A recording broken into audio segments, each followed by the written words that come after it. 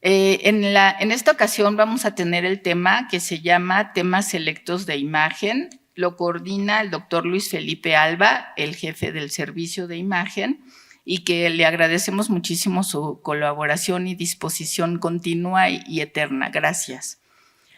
Vamos a tener como ponentes a la doctora Carolina Culebro García con el tema ultrasonido de uretra, a la doctora Adriana Nájera Flores con utilidad de la histerosonografía, a la doctora Alicia Ivette López García con hallazgos por imagen de mama. Le doy la palabra al doctor Luis Felipe Alba.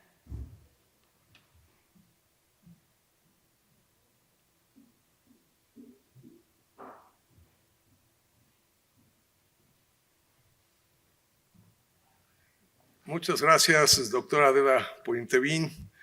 Quiero agradecer al doctor Arturo Mendoza y a su mesa directiva el habernos invitado este día tan importante para todos, que se celebra el Día del Médico en México. Esto es en conmemoración de que el doctor Valentín Gómez Farías en 1833 inauguró la cátedra o la Escuela de Ciencias Médicas que ahora es la UNAM. Y a partir de 1933, ya en forma oficial, en México, no en el mundo, se hace la celebración del Día del Médico. Muchas felicidades a todos los colegas en este día. Quiero presentarles a mi equipo, la doctora Carolina Culebro García, la doctora Adriana Flores Nájera y la doctora Alicia Ivette López García, médicos adscritos excelentes en el área de imagen. Estamos en tiempo de mujeres y grandes especialistas tenemos, jóvenes, muy guapas. Nos van a hablar de lo que hacemos, de la experiencia, de las opciones que tenemos. Quiero presentar a la doctora Carolina Culebro con su tema de ultrasonido de uretra. Muchas gracias.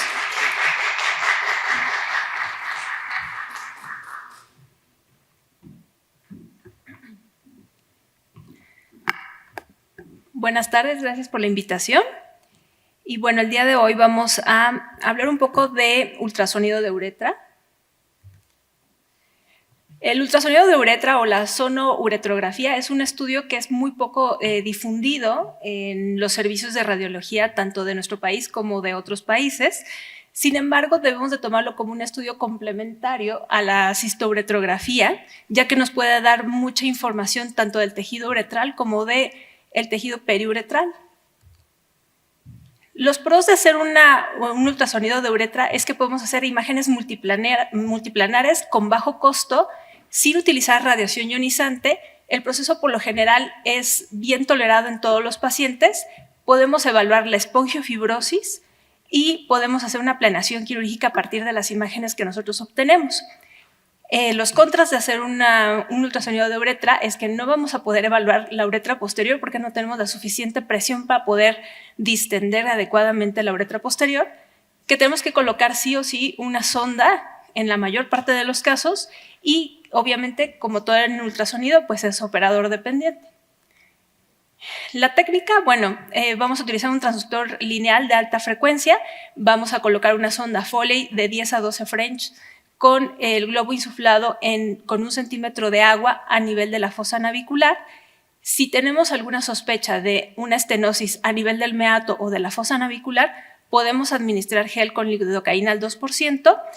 Y después de decidir esto o poner la sonda, podemos instilar solución salina para poder distender adecuadamente la uretra. Una vez que tenemos ya distendida la uretra, vamos a tomar imágenes multiplanares desde la región ventral del pene y hacia la zona perineal. Aquí estamos viendo una imagen donde estamos viendo la zona de la fosa navicular y cómo se insufla el globo con solución salina. Cuando nosotros ya insuflamos el globo y empezamos a pasar la solución, vemos estas imágenes donde se puede apreciar la pared de la uretra fina y bien delimitada y con una ecogenicidad habitual. Esta es una imagen extendida, es un barrido a través de la región ventral del pene, donde identificamos tanto la uretra peniana como la uretra vulvar y en este caso siendo normal. ¿Qué indicaciones tenemos? Como ya les había platicado, es la caracterización de estenosis de uretra y tanto en una evaluación prequirúrgica como postquirúrgica para ver el resultado de la cirugía. Recordemos que la estenosis uretral es un proceso cicatricial que se va a dar en la pared de la uretra que va a causar fibrosis y, por consiguiente, la disminución del lumen uretral.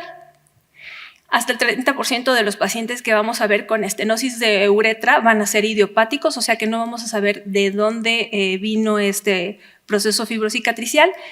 Por lo general, sabemos que los pacientes que tienen estenosis de uretra fue porque estuvieron sometidos a una instrumentación uretral o a tratamiento de cáncer de próstata y en algunos casos que ahora ya son mucho menores en condiciones inflamatorias postinfecciosas. Para caracterizar las estenosis de uretra tenemos 5 parámetros. El primero es la ubicación, ya sea peniana o vulvar. Si es una estenosis simple o compleja, es decir, si tiene una zona de estenosis o múltiples zonas de estenosis. La longitud, si es mayor a 2 centímetros o menor a 2 centímetros, que en este caso nos va a dar la diferencia entre los tratamientos. Si es menor a 2 centímetros, es mucho más probable que el paciente vaya a una uretrotomía y si es más de 2 centímetros, es más probable que necesite de uretroplastía. Vamos a evaluar también la espongiofibrosis, que es el incremento de la ecogenicidad con presencia o no de sombra acústica posterior, y esto de lo que nos está hablando es de una zona de pobre distensibilidad y de aumento de fibrosis. Y también tenemos que reportar en nuestro reporte final la zona de menor diámetro, que es la zona crítica de estenosis. Aquí tenemos un comparativo de una cistouretrografía contra el ultrasonido de uretra. Vemos una zona de estenosis a nivel de la uretra peniana, que a simple vista podría pensarse que es una estenosis corta y no muy compleja, pero cuando hacemos el ultrasonido vemos que tiene una zona de espongiofibrosis que pudiera necesitar de tratamiento un poco más avanzado. Aquí estamos viendo unas imágenes en corte transversal. Vemos el lumen normal de la uretra con el reforzamiento acústico posterior habitual y en la otra imagen estamos viendo la zona de estenosis crítica donde nada más tiene alrededor de un 5% de luz y con presencia de espongiofibrosis. Como ya les había dicho, la espongiofibrosis es una zona de engrosamiento irregular, no distensible, y el que nosotros podamos evaluar y decir que un paciente tiene o no espongiofibrosis nos puede ayudar como un predictor de restenosis. Por lo general, los pacientes que fueron sometidos a uretrotomía y no se evaluó la espongiofibrosis y estaba presente pueden tener una restenosis en 6 meses hasta en el 90% de los casos. Y bueno, esta es la clasificación de espongiofibrosis que se utiliza actualmente. Los 3 primeros niveles o los 3 primeros categorías van a ser para una estenosis corta, es decir, menor a 2.5 centímetros y que tengan mínima, moderada o importante afección del tejido esponjoso. Y esto lo vamos a ver dependiendo de la ecogenicidad que veamos dentro del ultrasonido. Y la categoría 4 y la categoría 5 van a ser reservadas para pacientes que tienen más de 2.5 centímetros de longitud de estenosis o presentan múltiples estenosis, ya sean con moderada cantidad de tejido esponjoso afectado o severa o extensa cantidad de tejido afectado. Aquí tenemos una estenosis de la uretra vulvar, donde vemos una zona de estrechez o de disminución del calibre, pero no vemos una gran cantidad de espongiofibrosis. Por el contrario, en este paciente sí tenemos una zona de estrechez, pero también tenemos estas zonas mucho más ecogénicas que dan ciertas sombras acústicas posteriores y en este paciente sí tenemos moderada cantidad de espongiofibrosis. Esta es una imagen extendida con convexo virtual donde estamos viendo tanto la uretra peniana como la uretra vulvar, y estamos viendo una zona de estenosis a nivel de la uretra peniana que tiene importante cantidad de espongiofibrosis, que estamos viendo aquí la sombra acústica que forma, y es una estenosis larga mayor a 2.5 centímetros. Este es otro paciente también con una imagen extendida. Estamos viendo tanto la uretra peniana como la uretra vulvar y estamos viendo una zona de estenosis con importante espongiofibrosis mayor a 2.5 centímetros y con importante sombra acústica posterior. También podemos ver múltiples zonas de estenosis. Este es un paciente con una uretra rosariada postinflamatoria, donde estamos midiendo aquí el lumen mínimo y estamos viendo moderada cantidad de espongiofibrosis en la parte dorsal. Y este es otro paciente también con una estenosis arrosariada, con múltiples zonas de disminución de calibre e importante depósito de espongiofibrosis. También podemos evaluar ciertas complicaciones posteriores a tratamiento quirúrgico o que se añaden a ciertas estenosis, como en este caso. Tenemos aquí una imagen de una cistouretrografía retrógrada, la parte de la uretrografía únicamente, donde vemos la formación de un divertículo uretral, exactamente en el sitio de estenosis donde se había tratado de hacer una uretrotomía. Y cuando hacemos el ultrasonido, podemos ver el sitio de estenosis con moderada espongiofibrosis y el cuello del divertículo que se formó. Como conclusión, este es un método fácilmente reproducible que puede estar disponible en cualquier gabinete. Tiene una gran cantidad de información en cuanto al tejido adyacente que puede ayudar mucho al clínico a tomar decisiones. Podemos medir con mucha precisión la longitud de la estenosis y podemos caracterizar el grado de complejidad de la estenosis para el mejor tratamiento. Gracias.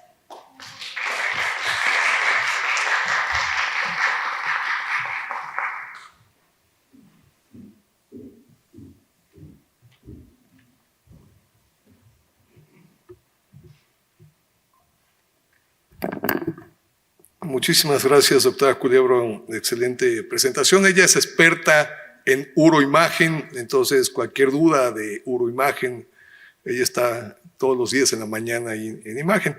A continuación, tengo el gusto de presentarles a la doctora Ariana Nájera Flores.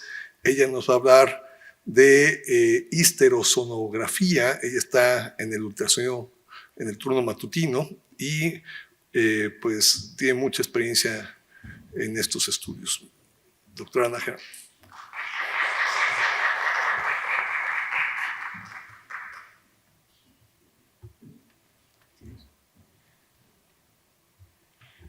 Buenas tardes, muchas gracias por la invitación.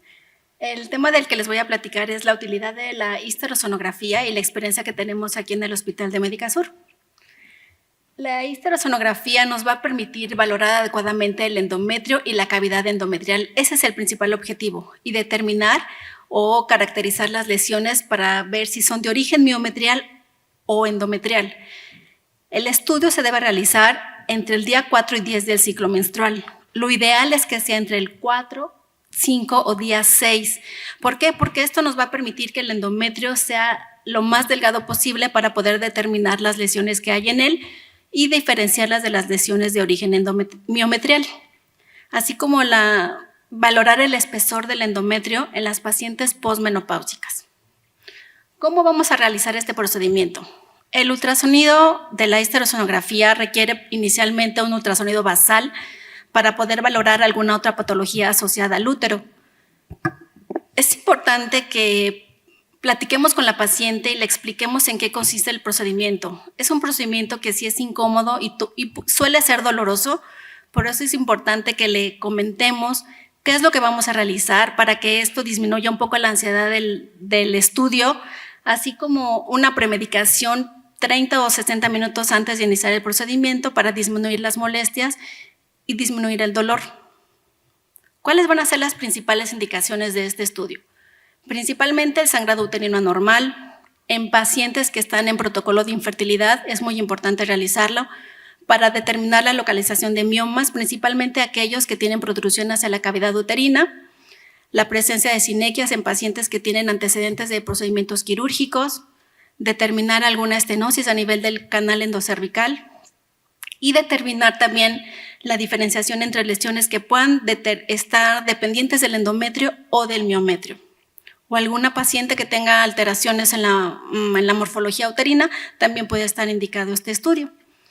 Tenemos que la histerosonografía tiene una sensibilidad y una especificidad muy alta para poder determinar patologías endocavitarias. ¿Cuáles van a ser las principales contraindicaciones? El embarazo. Obviamente, si nosotros tenemos una paciente que tiene embarazo, no podemos realizar el procedimiento. Por eso es importante también que nosotros hagamos un ultrasonido basal previo al procedimiento para poder determinar si hay alguna contraindicación para realizar el mismo. Pacientes con cáncer o una lesión sospechosa de cáncer que nosotros veamos en el ultrasonido basal, enfermedad pélvica inflamatoria documentado que visualicemos durante el estudio, infecciones vaginales, alguna patología tubárica como hidrosalpinx o alguna salpingitis y obviamente también el sangrado uterino que esté en ese momento presente, porque los restos hemáticos que veamos en la cavidad nos pueden dar falsos positivos o pueden simular lesiones que realmente no existen. Hay algunas situaciones en las que nos va a imposibilitar realizar el procedimiento porque nos va a limitar la colocación de la sonda que vamos a poner a nivel del canal endocervical. Esto es la incompetencia cervical, porque en el momento en el que nosotros colocamos la sonda, tenemos que insuflar un globo en la porción más distal. Entonces, si tenemos una incompetencia cervical, el globo va a ser expulsado y por lo tanto no vamos a poder hacer la instilación de la solución a través de la cavidad uterina. Caso contrario, en pacientes que tienen una estenosis cervical, obviamente también nos limita la colocación de la sonda y pues no podemos valorar la cavidad uterina. Algunos miomas o algunas sinequias que estén obstruyendo el orificio cervical interno también nos pueden limitar la colocación de la sonda o incluso el dolor, que la paciente no tolere el dolor, entonces en ese momento se termina el procedimiento. Algunas complicaciones, aunque son muy raras, la verdad es que creo que aquí en el hospital nunca hemos tenido alguna complicación, pero es importante que sepan que existe un riesgo, aunque es bajo, de alguna enfermedad principalmente inflamatoria como una salpingitis o en casos ya muy extremos una enfermedad pélvica inflamatoria. ¿Cuál es la técnica? La técnica va a consistir en que se le da a firmar a la paciente el consentimiento informado porque al final, aunque es un estudio que no requiere radiación, sí colocamos una sonda endocavitaria a través de la vagina. Entonces, esto necesitamos que exista una autorización para realizar el procedimiento.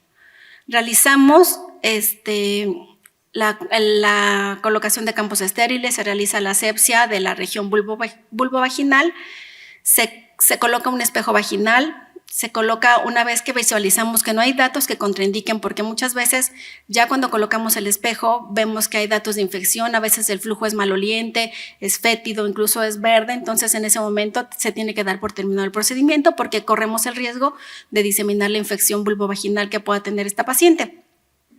Entonces, una vez que ya vemos que todo está bien, colocamos una sonda a nivel del orificio cervical interno, que es 5 French, y en el extremo distal tenemos un globo. Este globo se insufla y se coloca a nivel del orificio cervical interno.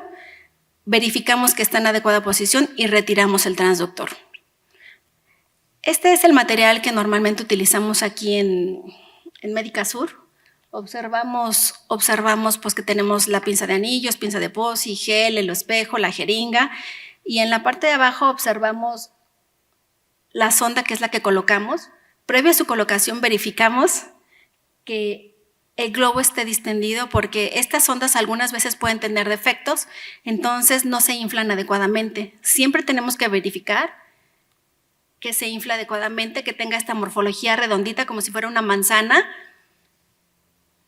Y antes de colocarla tenemos que purgar la sonda. ¿Por qué? Porque si nosotros colocamos aire dentro de la cavidad, ese aire nos puede ocasionar artefacto y nos puede dar falsos positivos en lesiones que realmente no existen. Estas son imágenes reales de un procedimiento que hicimos aquí en Médica con el material que utilizamos y estas son las manos de una de nuestras residentes que está aquí en el cuarto año. Cabe mencionar que todos los casos que voy a mostrar son de aquí de Médica Sur, son de nuestros residentes que están haciendo el área de imagen y de nuestros técnicos especialistas en ultrasonido, que ellos son los que muchas veces hacen maravillas con estos estudios. Aquí tenemos como una imagen, un esquema representativo de cómo colocamos la sonda. Tenemos aquí el útero, tenemos la sonda del ultrasonido y vemos que la sonda que colocamos está en cavidad uterina. Insuflamos el globo y lo retraemos para que nos haga una oclusión del orificio cervical interno. Colocamos la sonda del transductor y retraemos para verificar que esté en adecuada posición. Y posterior a esto, iniciamos la instilación de la solución fisiológica. Como les comentaba, es muy importante que purguemos la sonda antes de colocarla para evitar o disminuir la cantidad de aire que entra a la cavidad. Entonces, los principales hallazgos que vamos a encontrar puede ser desde una cavidad normal, como en este caso. Hacemos el ultrasonido basal, vemos aquí el útero en la anteverso flexión, vemos que el miometrio es homogéneo, el endometrio es lineal, ecogénico. Aquí es importante que nosotros visualicemos la posición del cérvix porque eso ya nos va a dar una idea de cómo vamos a colocar la sonda. Vemos aquí el endometrio que aparentemente está normal y esta es una reconstrucción coronal en 3D y observamos la cavidad uterina y el endometrio que está homogéneo. El miometrio, perdón. Una vez que nosotros colocamos el globo de la sonda, aquí observamos el globo de la sonda, instilamos la solución fisiológica y vemos aquí el endometrio que es lineal, ecogénico, homogéneo y no tenemos ninguna lesión que moldee la cavidad o que dependa de él. Y aquí observamos esta reconstrucción coronal en 3D en el que vemos la cavidad que tiene una adecuada morfología, buena distensión y sin ninguna lesión en su interior. Otros de los hallazgos principales que nos encontramos aquí es la presencia de miomas submucosos. Como les comentaba, siempre hacemos un ultrasonido basal antes de realizar el procedimiento. Aquí observamos esta imagen hipoecoica que moldea el endometrio, tiene sombra acústica posterior, este es un corte sagital y este es un corte transverso, y aquí observamos que moldea y desplaza el endometrio. Esta lesión mide 10 por 9 milímetros y en la reconstrucción coronal de nuestro ultrasonido basal observamos cómo esta imagen hipoecoica protruye hacia la cavidad uterina. Una vez que realizamos el procedimiento, observamos que la cavidad uterina tiene una adecuada distensión. Vemos esta línea blanca ecogénica, es el endometrio, cómo lo desplaza a expensas de esta imagen hipoecoica que depende del miometrio. Observamos este es un corte sagital y este es un corte transverso. Aquí observamos la cavidad uterina. Lo negro es el líquido que instilamos. Esta imagen hipoecoica es el miometrio, el mioma que desplaza la cavidad uterina y moldea la misma. Entonces, esto es un mioma submucoso que protruye hacia la cavidad uterina. Como les comentaba, el sangrado uterino también es una contraindicación porque las pacientes a veces pueden tener incluso restos hemáticos que nos pueden dar lesiones falsas que realmente corresponden a material hemático residual. Aquí observamos esta imagen ecogénica que posteriormente la paciente expulsa y vemos que realmente no hay ninguna lesión en la pared posterior del útero.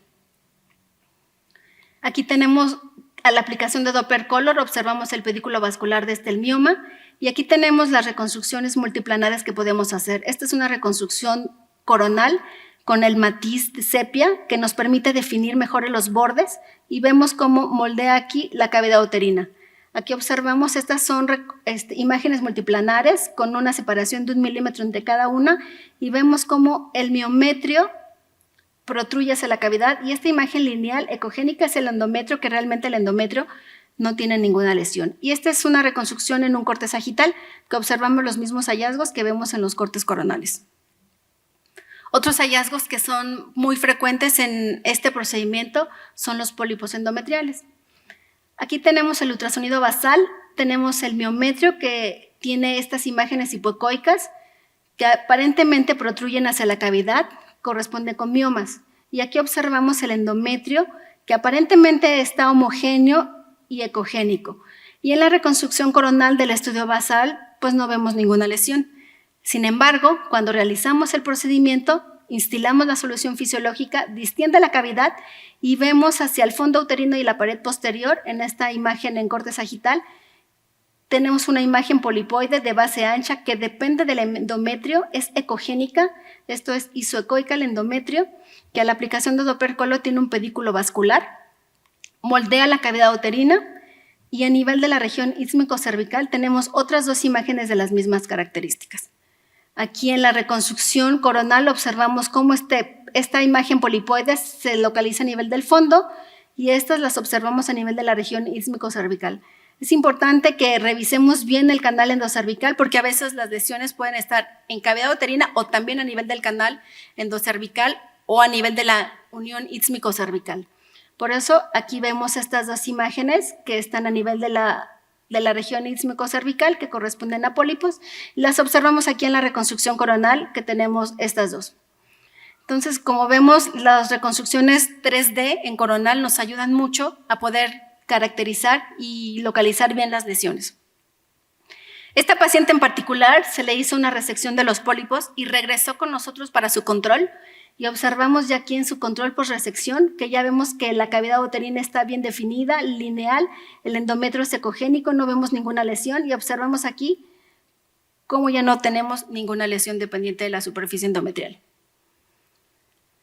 Otros hallazgos que encontramos son la presencia de sinequias, por eso es muy importante que tengamos los datos clínicos de la paciente para saber si tiene algún antecedente quirúrgico, algún antecedente de algún legrado, alguna infección o algo para poder ir intencionados a buscar alguna patología en particular.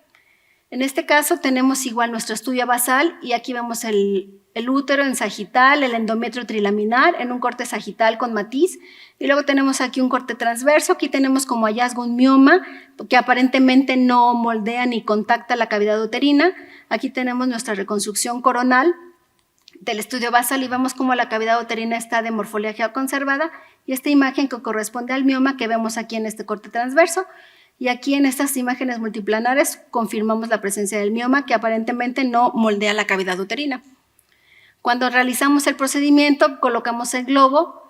Estas imágenes puntiformes corresponden al aire que logra entrar dentro de la cavidad uterina que están presentes en la sonda y observamos que estas burbujas de aire se adosan a esta imagen lineal que tenemos aquí. Vemos que depende de la superficie de la pared anterior, que a la aplicación de Doppler Colo no tiene vascularidad y corresponde con una adherencia.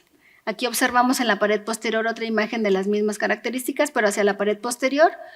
Y en la reconstrucción coronal observamos estas 2 imágenes en donde se adosan las burbujas que llegan a entrar, que corresponden a sinequias. Tenemos también casos en los que las pacientes presentan estenosis del orificio cervical interno. ¿Y cómo lo vamos a demostrar? Pues bueno, aquí tenemos nuestro ultrasonido basal, vemos el útero en corte sagital y si somos minuciosos desde aquí nosotros tenemos que sospechar eso. ¿Por qué? Porque vemos aquí el canal endocervical, la línea del canal endocervical y vemos que se interrumpe por esta área hipoecoica y posteriormente continúa la línea endometrial. En la reconstrucción coronal del ultrasonido basal aparentemente no vemos nada, pero en el momento en el que nosotros colocamos el globo y hacemos la instilación de la solución, vemos que a pesar de que nosotros colocamos la solución, nunca se distiende la cavidad. Aquí vemos cómo está el globo, pasamos la solución fisiológica y nunca entra la cavidad. De hecho, aquí observamos cómo se hace una turbulencia y el globo es expulsado. A pesar de que nosotros pasamos la solución, nunca entra la cavidad y esta imagen corresponde a una estenosis del orificio cervical interno. Algunas otras alteraciones que podemos encontrar son alteraciones en la cavidad uterina o incluso en el canal endocervical. ¿Esto cómo lo vamos a ver? En el ultrasonido basal tenemos el corte sagital y observamos lo mismo que veíamos en la anterior. Vemos el canal endocervical, la línea endometrial y luego vemos esta imagen hipoecoica que interrumpe la continuidad del endometrio y lo corroboramos en el corte transverso y lo vemos aquí. Esta imagen hipoecoica que interrumpe la continuidad del endometrio que aparentemente en la reconstrucción coronal no condiciona ningún moldeamiento de la cavidad uterina. Sin embargo, cuando nosotros hacemos el procedimiento, colocamos la sonda e instilamos la solución fisiológica, vemos que la cavidad no tiene una adecuada distensión, tiene márgenes lobulados y nos condiciona disminución en la luz de la cavidad. Aquí lo observamos y en estos 2 puntos. Aquí, a pesar de que nosotros tratamos de pasar mayor cantidad de solución para ver si esto distiende, persiste en todas las imágenes y lo observamos aquí en el corte transverso. Cuando nosotros hacemos énfasis a nivel del canal endocervical, observamos esta morfología lobulada e irregular que moldea y disminuye el calibre del canal endocervical, siendo más evidente en las reconstrucciones multiplanares que hacemos. Aquí observamos la irregularidad del canal endocervical visible en estas dos reconstrucciones coronales. Y aquí, como les mencionaba, muchas veces la aplicación de otras herramientas como es el matiz nos permite definir mejor los márgenes y hacer más evidentes las alteraciones que podemos encontrar en la cavidad uterina. Y bueno, y esos son los principales hallazgos que podemos encontrar en la histerosonografía.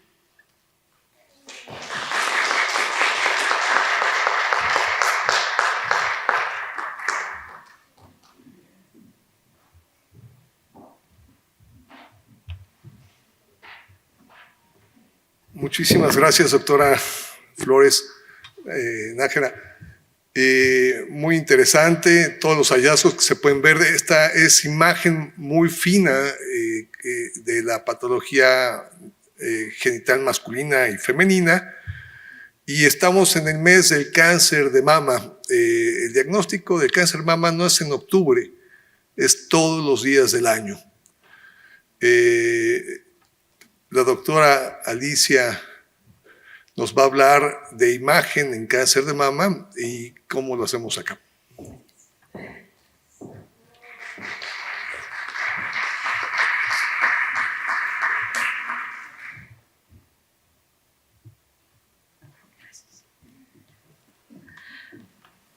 Todos, buenas tardes, gracias por la invitación.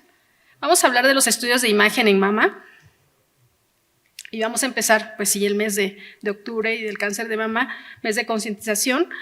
Y bueno, el cáncer de mama en el mundo en el 2022, según el Globocam, sigue siendo en incidencia el primer lugar en incidencia y en mortalidad el segundo lugar después del cáncer de pulmón.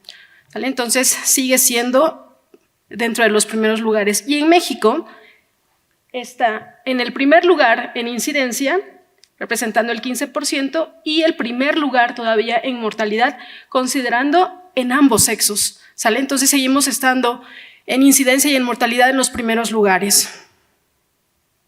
En cuanto a los estudios de imagen, ¿qué tenemos para la valoración del cáncer de mama? La mastografía, que es nuestro estudio de tamizaje, es el estudio inicial, es nuestro estudio base para el diagnóstico de cáncer de mama, pero tenemos otras herramientas, el ultrasonido mamario, la tomosíntesis, la resonancia magnética y actualmente también la mastografía contrastada.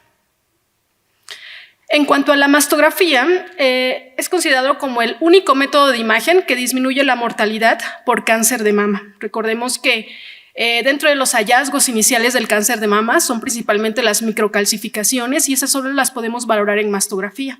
Entonces, este método de imagen nos ayuda a disminuir la mortalidad por cáncer de mama, un 40% en mujeres de 50 a 69 años, un 29 hasta un 48% en mujeres de 40 a 49 años. ¿Qué nos permite la mastografía? Detectar, caracterizar y evaluar los hallazgos sugestivos de cáncer de mama y otras patologías. Hay dos tipos de mastografía, una mastografía de tamizaje y una mastografía diagnóstica. ¿Cuál es la diferencia? La de tamizaje son en pacientes asintomáticas. Se considera a realizarla anual a partir de los 40 años y en menores de 40 años con factores de riesgo. Nos pueden ayudar para planeación de cirugía estética y no tiene límite de edad poder realizar esta mastografía.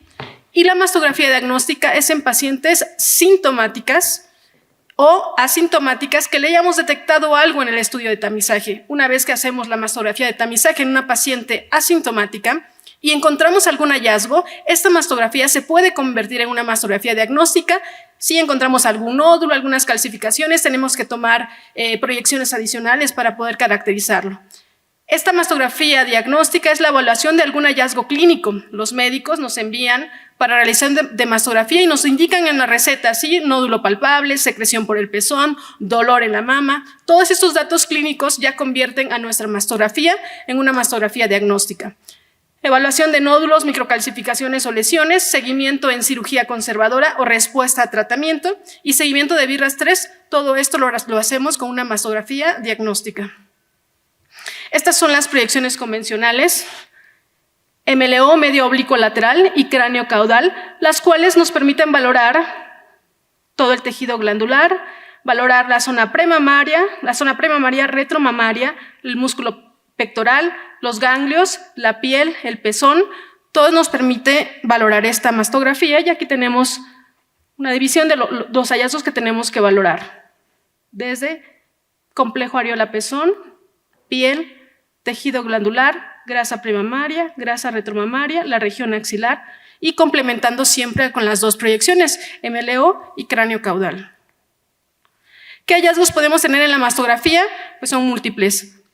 Asimetrías, distorsiones de la arquitectura, calcificaciones de sospecha y nódulos. Tenemos diferentes herramientas en la mastografía para poder hacer las evaluaciones. Tenemos proyecciones adicionales, conos de magnificación, conos de compresión, que nos permiten evaluar todos estos hallazgos. Y algo importante en la mastografía es la densidad mamaria. La densidad mamaria nos permite o nos puede facilitar la valoración de hallazgos, pero también nos puede dificultar esos hallazgos, disminuye la sensibilidad de acuerdo a la densidad mamaria que tengamos. Tenemos por mastografía 4 patrones de densidad mamaria: la densidad tipo A o predominantemente grasa, la densidad tipo B o fibroglandular dispersa, la tipo C o heterogéneamente densa y la tipo D o extremadamente densa. Como vemos, aquí tenemos representado un hallazgo. Es un nódulo en una mama que es casi completamente grasa. Esto tiene una sensibilidad del 99% para poder detectar alguna lesión. En una mama que tiene áreas dispersas de tejido fibroglandular, tiene una sensibilidad de un 84% para poder detectarla, pero conforme incrementa la densidad mamaria, estas lesiones se van ocultando en esa densidad y nos dificulta la sensibilidad para detección de cáncer, va a ir disminuyendo. La tipo A y B son mamas no densas y la tipo C y D son mamas densas. Y cuando tenemos este tipo de densidades, podemos utilizar otros tipos de imágenes que nos pueden ayudar. La valoración agregada con ultrasonido, con tomosíntesis, resonancia magnética o mastografía contrastada. En cuanto al ultrasonido mamario, no es útil como única modalidad de imagen. Es un estudio de elección inicial en mujeres menores de 35 años con alguna patología mamaria y en mamas densas, la valoración de la mastografía más el ultrasonido mamario nos elevan la sensibilidad para poder detectar alguna lesión mamaria. El ultrasonido de tamizaje está indicado en pacientes con mamas densas y alguna mastografía negativa. Le hicimos la mastografía, salió negativa, es una mama densa. Utilizamos el ultrasonido para poder complementar esa valoración. Puede detectar carcinomas mastográficamente ocultos. Una mama densa, no vemos ninguna lesión y en el ultrasonido podemos caracterizar algún nódulo o alguna lesión asociada. ¿Qué necesitamos? Un ultrasonido con un transductor de alta frecuencia. El rango va desde los 10 a los 23 MHz. ¿Qué indicaciones tenemos para ultrasonido? Complemento de mamas densas, seguimiento de BRAF 3, anormalidades palpables y detectadas en otras modalidades de imagen. Iniciar en lesiones palpables en pacientes menores de 35 años, en pacientes embarazadas o lactando, en pacientes con implantes mamarios, para valoración de procedimientos intervencionistas en procesos infecciosos. En la evaluación ganglionar el ultrasonido es muy importante. La mastografía solo nos permite valorar el nivel axilar 1 y el ultrasonido podemos valorar niveles axilares 2 o niveles axilares 3 que no se ven en la mastografía. Por eso es muy importante el ultrasonido en la evaluación de los ganglios axilares. También nos permite valorar multifocalidad, multicentricidad o bilateralidad de las lesiones. Aquí vemos el ultrasonido y vemos el tejido, la grasa premamaria, el tejido glandular y el músculo pectoral. En todas estas zonas vamos a valorar los hallazgos y la correlación con la mastografía. ¿Qué limitaciones tiene? Pues el ultrasonido en todas las modalidades son operador dependiente. Hay variabilidad interobservador, inclusive en las mediciones de algunas lesiones. Y la habilidades manuales y experiencia son factores muy importantes, sobre todo en el área mamaria. Mientras más experiencia tengamos, es mayor sensibilidad para poder detectar las lesiones en el ultrasonido. Aquí tenemos una paciente, un estudio diagnóstico, una paciente de 57 años que refiere nódulo palpable en la mama izquierda y en la axila ipsilateral. Como vemos, tenemos las proyecciones cráneo-caudales y medio oblicuolaterales. Es una mama densa, tejido glandular heterogéneamente denso, distribuido en los 4 cuadrantes de las mamas, y lo que vemos o alcanzamos a visualizar es en la mama izquierda, en el cuadrante interno y superior interno, tercio medio, una imagen que parece un nódulo asociado a una distorsión de la arquitectura. Vamos a visualizarlo aquí, ¿sale? Aquí lo vemos, un nódulo irregular, espiculado, en la mama izquierda que corresponde al nódulo palpable. Y otros hallazgos son estos ganglios densos, que tenemos que hacer, complementarlo con el ultrasonido mamario, el cual, como decíamos, nos va a permitir valorar los ganglios niveles 1, niveles 2 y niveles 3 axilares, y vemos el cambio, la pérdida de morfología del ganglio, perdió su hilo ecogénico, la vascularidad es atípica, y vemos también el nódulo. Mama izquierda, radio de las 11-12, este nódulo espiculado que corresponde a lo que veíamos en la mastografía. Y de acuerdo a esto, pues la paciente tiene un BIRAT 5.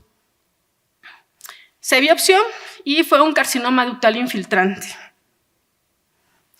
¿Qué otro método de imagen podemos utilizar? Es la tomosíntesis. La tomosíntesis es una mastografía en tercera dimensión. Son múltiples proyecciones de baja dosis y en distintos ángulos que van a atravesar la mama y nos van a dar diferentes cortes aproximadamente de 1 milímetro. De acuerdo al espesor de la mama van a ser los cortes que vamos a tener. Aquí mencionamos un ejemplo, una mama de un espesor de 4.8 centímetros pueden tener alrededor de 48 cortes y esta sobreposición de tejido va a ser eliminada en estos cortes. Aquí vemos en el ejemplo, en una mastografía 2D tendríamos la sobreposición de todas esas lesiones, calcificaciones, distorsiones de la arquitectura, algún nódulo, que con los cortes de tomosíntesis vamos a ir separándolos y nos va a poder identificar todas esas lesiones en los cortes y ayudarla a caracterizar de mejor manera. La eliminación, esta tomosíntesis nos ayuda a eliminar la sobreposición del tejido mamario. El uso de la mastografía más estos cortes de tomosíntesis nos va a ayudar a incrementar la sensibilidad y la especificidad para poder caracterizar estas lesiones. Por eso es importante que nosotros podamos ver en las pacientes con mama densas utilizar la tomosíntesis. ¿Qué utilidad tiene en mamas densas? Pero principalmente las distorsiones de la arquitectura.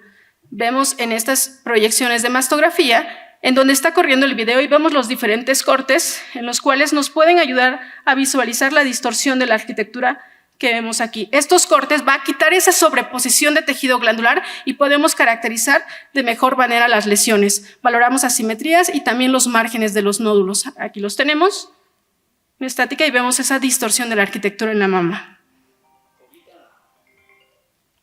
Aquí vemos otra paciente. Esta paciente un estudio diagnóstico con un nódulo palpable en la mama derecha, está corriendo el video, vemos en el cuadrante interno y superior una mama densa que en la tomosíntesis nos permite identificar esa distorsión de la arquitectura, un nódulo irregular asociado a distorsión de la arquitectura.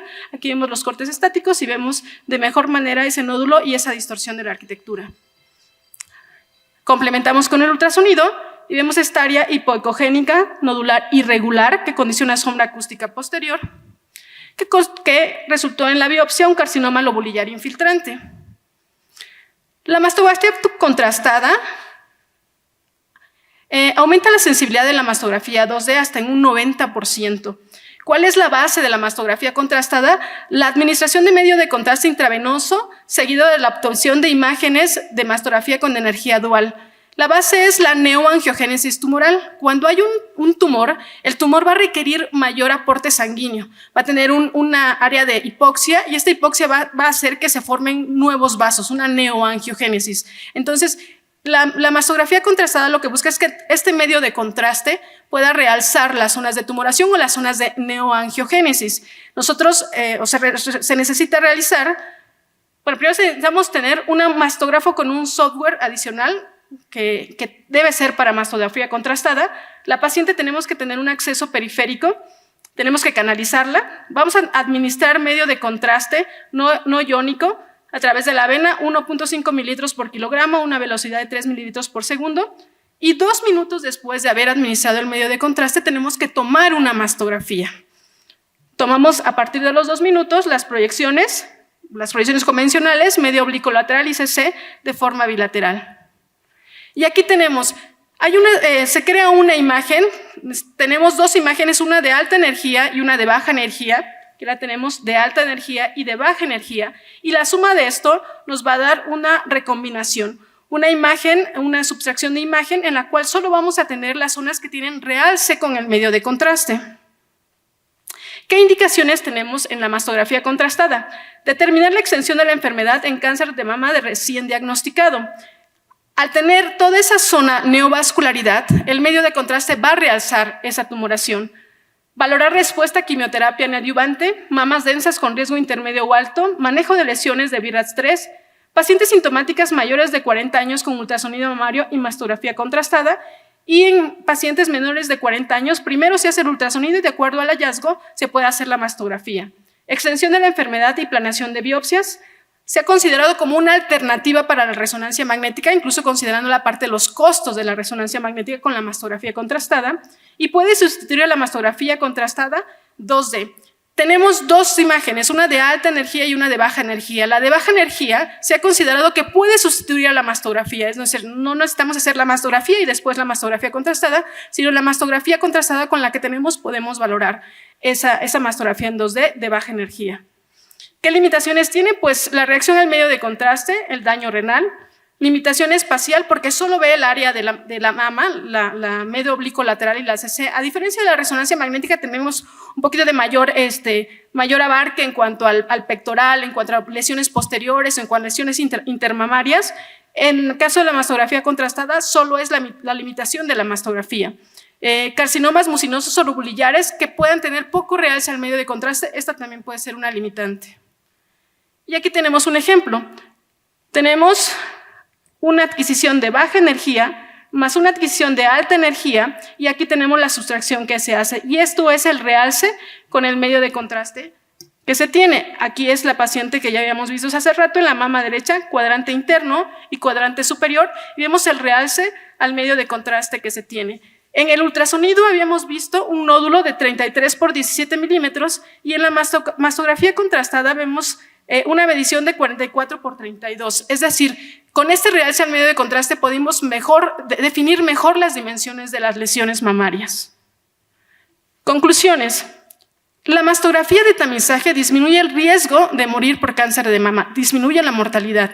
Existen alternativas de imagen como la termografía o la electroimpedancia y otras que no sustituyen aún a la mastografía. Los datos clínicos, la edad de la paciente, los factores de riesgo deben ser tomados en cuenta para la indicación de los estudios de imagen. Es muy importante que los clínicos a la hora que nos envíen a sus pacientes nos puedan orientar sobre los datos clínicos. Nódulo palpable, secreción por el pezón, todos los datos clínicos nos ayudan a nosotros para poder a la hora de utilizar algún estudio de imagen y dirigirlo hacia esa patología. Y el éxito de combatir el cáncer de mama requiere siempre de un manejo multidisciplinario. Gracias.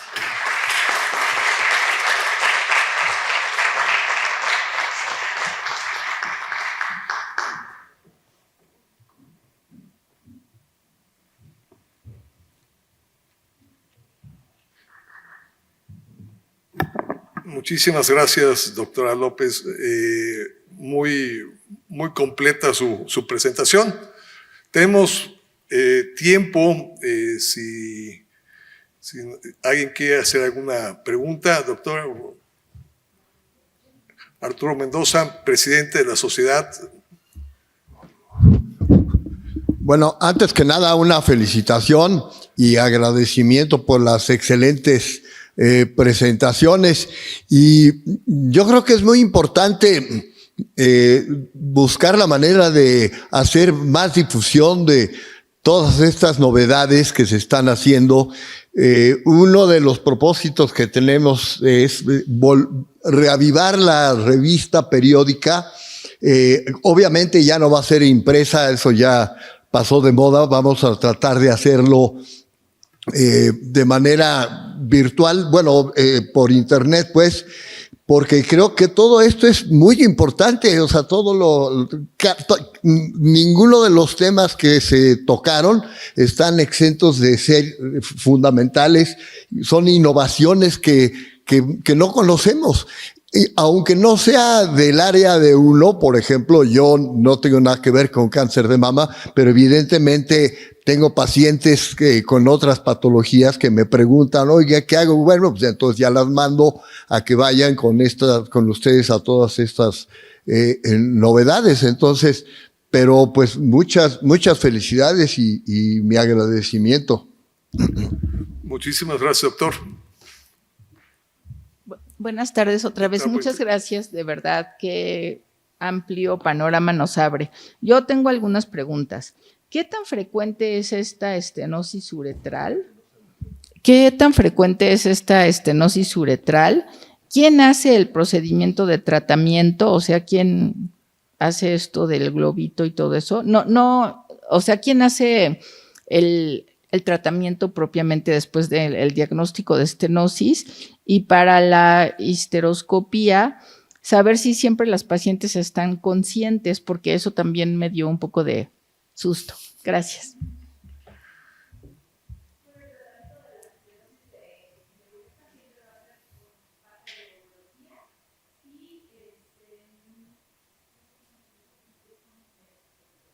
El tratamiento de estenosis de uretra va a ser básicamente hecho por el urólogo y la frecuencia de las estenosis de uretra, sobre todo posteriores a procedimientos tanto quirúrgicos como a instrumentación, es mucho más frecuente en el medio público que en el medio privado. Aquí dentro de Medicasur hemos visto muy pocos pacientes con estenosis de uretra, pero en medios públicos es mucho más frecuente. Bueno, más bien el estudio es una histerosonografía. La histeroscopía eso lo hace el ginecólogo, pero en nuestro caso es una histerosonografía. La paciente sí está consciente, por eso se hace la premedicación para disminuir el dolor. El dolor que presenta la paciente depende del umbral que tenga cada una. Algunas pacientes realmente no tienen ninguna molestia.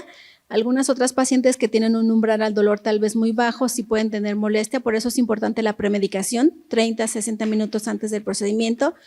Y lo que pueden tener es un dolor tipo cólico, a lo mejor un poco más intenso que el que presentan durante su ciclo menstrual. Muchas gracias, doctor. Si quieres hacer alguna... Muchas gracias. Pues me uno a la felicitación del Día de Médico para todos, también a las tres ponentes por sus excelentes pláticas. Y tengo dos preguntas para la doctora Culebro, como experta en ultrasonido de uretra. Habló de la mejor caracterización de las estenosis prequirúrgicas. ¿Al cuánto tiempo después de una uretrotomía interna sugiere hacer un control como pronóstico para saber si esperamos una restenosis o si podría este paciente estar libre de una estenosis más tiempo? Y la segunda pregunta es, mencionó las limitantes, ¿no?, hacia la valoración de la uretra posterior y de otras patologías. Básicamente este ultrasonido nos ayuda mucho a valorar las estenosis. Pero, ¿qué opinan del microultrasonido de uretra como un estudio que nos permita extender hacia otras patologías al poder valorar uretra posterior, próstata y ampliar las indicaciones? Saber si lo tenemos disponible en Medicasur o si valdría la pena tenerlo. No sé cuál sea su opinión.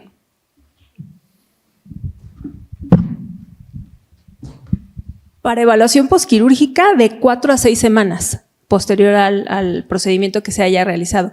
En cuanto a la evaluación de la uretra posterior, hay es algo que están todavía en evaluación y en validación en Europa. Todavía no hay una validación real en Latinoamérica, pero sería padrísimo tener aquí mucho más campo, sobre todo para la uretra posterior. Lo que podemos hacer y que podemos ofrecer ahorita es hacer el estudio para uretra posterior transrectal y obviamente con la toma de imágenes posterior a la cisturetrografía o al mismo tiempo que en la cisturetrografía. Muy bien. Doctor Lara. Hola, buenas tardes. Quiero felicitar a las doctoras. Ya he tenido el gusto de estar en contacto con ellas, pero no, aunque no personalmente, pero a través de pacientes. Solo quiero hacer un comentario y no quiero que digan que yo lo dije, pero me he topado con pacientes que no pueden pagar el estudio de mastografía con ultrasonido y que me han dicho, digo, pues aquí yo siempre recomiendo, porque sé que los excelentes estudios que hacemos en el hospital, que hacen ustedes, pero me dicen, bueno, hablé para hacer mi cita y les dije, bueno, ¿cuánto cuesta el estudio? Y me dicen, ponle 10 pesos. Oiga, pero por ser el mes del cáncer de mama, 10 pesos. Entonces me fui porque hay me hicieron un descuento del 40%, casi le salía la mitad. Entonces, yo solo quiero comentarlo porque estamos dejando, bueno, hay pacientes que no se pueden atender con nosotros y estamos dejando ir tal vez diagnósticos importantes por hacerlos en otros sitios. Quisiera que se pudiera hacer algo, Luis Felipe, en este aspecto. Sé que no sé de quién dependa, pero son cosas que nos dicen las pacientes, no lo estoy inventando. No, gracias. Te agradezco la pregunta. Es una pregunta de mi amigo. Como dije, el cáncer de mama se hace diagnósticos todos los días del año. Lo que hemos visto muchas veces, desgraciadamente, algunas pacientes por la promoción retrasan su diagnóstico y se esperan. Hay pacientes, tristemente, que han venido, que tienen una bolita desde hace meses y no, yo hasta la promoción. Ahorita se ha estado evaluando eso con la alta dirección, con finanzas y se están viendo posibilidades. Pero lo que sí les puedo decir en este caso, pues siempre intentar, es todos los días del año, nuestro personal está todos los días del año, son súper confiables, cualquier duda se puede comentar, estamos aquí en casa y pues sí, obviamente vamos a subir a las ventanillas correspondientes la duda. ¿Alguna otra pregunta más? Yo quisiera preguntarle al doctor Jorge Hernández, que es el maestro de todos nosotros, el supermaestro, ¿qué opina del ultrasonido para la evaluación de las estenosis de uretra? Lo digo porque todas mis estenosis se las mando a él específicamente. Primero, muchas gracias por las flores. ¿Sí? En realidad, pues digo, vamos, lo que yo... mi experiencia es en radiografía, no tanto en ultrasonido. Sin embargo, veo las maravillas que nos ha mostrado la doctora Culebro. Yo creo que está muy bien. Yo creo que ningún estudio es absoluto. Y yo creo que ambos son complementarios. La imagen que tienes en una uretrografía, pues caramba, digo, para mí es crucial. No quiero decir que este es el estándar de oro, pero sin embargo yo creo que quizás muestra muchas cosas. Sin embargo, obviamente no va a ver lo que pasa por detrás de la mucosa de la uretra y eso nos muestra ella perfectamente bien. Yo creo que son complementarios. No sé si eso contesta a tu pregunta. Sí, yo creo que se complementan, o sea, como dice el doctor, o sea, que en el ultrasonido no podemos ver la fase dinámica, hasta dónde llega y todo eso, pero yo creo que vale la pena complementar. Doctor, no sé si alguien tenga alguna otra pregunta y si no es así, a menos que la mesa directiva tenga otra disposición, les agradecemos esta oportunidad a la mesa directiva, al presidente de la mesa directiva, a Médica Sur, el de tenernos aquí y pues a nombre de la mesa directiva los invitamos a un ambigú. Muchas gracias.